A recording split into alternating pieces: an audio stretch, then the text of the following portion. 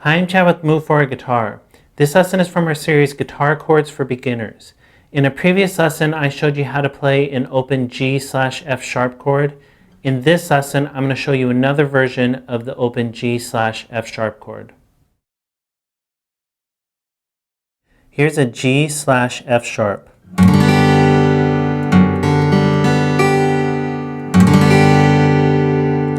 And in a previous lesson, I showed another version of a G/F sharp, which was this. And technically, that voicing could be called a G5/F sharp, but I just called it a G/F sharp because that's how you would use it in most playing situations.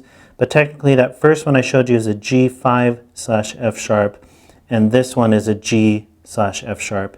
And the reason the other one's a G5/F sharp, I'll just give you a little explanation, a little bit of theory, is because 5 chords don't include the third of a chord. So a regular chord, just a triad chord, would be the root, the third, and the fifth. And this voicing right here, the one I showed in the other lesson, doesn't include the third. So that's why it's called a 5 chord. And technically those could be used as major or minor chords.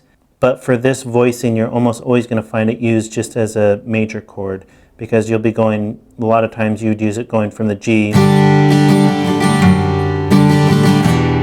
to the G/F sharp to maybe an E minor 7 or something. So that's why that one could be called a G5/F sharp, and this one in this lesson is a G/F sharp because the third is in this chord. The third of G is B, the B note, and that's your second string, and that one's left open in this chord. But that's not really important. You could consider both of those chords, both of those voicings, G/F sharps. That's how you're going to use them in playing situations. So like I showed with the other voicing, this is really common to go from the G major to G/F sharp to maybe an E minor 7. It just has a really nice bass movement when you do that. And that's not the only way you'll use this chord, but that's a really common way you'll see it. So the fingering for this chord is your first finger on the 6th string, 2nd fret, and your third finger on the 1st string, 3rd fret. And then you're muting out the 5th string with the back of your first finger. Just lightly rest your first finger on the back, on top of the 5th string, and that'll mute it out, and then all the other strings are open.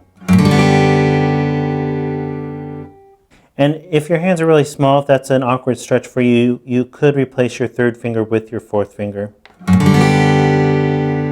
Or in some situations, depending on the transitions, you might even use your 2nd finger on the 6th string. And it'd be like that. But the most common way I'd say to learn it would be with your 1st finger on the 6th string and your 3rd finger on the 1st string. So that's a G/F sharp.